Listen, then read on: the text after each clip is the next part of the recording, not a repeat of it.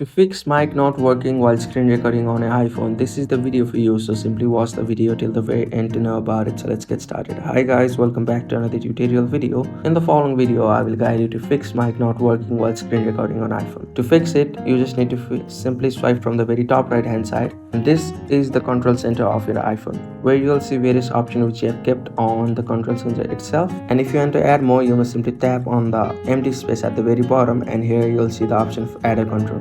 Now if you are screen recording and the voice won't come, then you may have simply forgot to enable the mic of your device. So simply long press on the screen record itself and see if your microphone is enabled or not. So if you have not enabled your microphone, then you won't be able to record the voice which you are speaking. Tap on it once and you'll see the option of microphone on, and after doing all of it, you will be able to fix the issue of voice not recording while screen recording on iPhone. And if that helps, that's good. If that doesn't help, then you just need to restart the device once and check again. So by doing all of it, you will be able to fix the issue of voice not recording on your iPhone. So that's it. Thank you for watching the video. Please don't forget to like the video and subscribe to our channel. Thank you.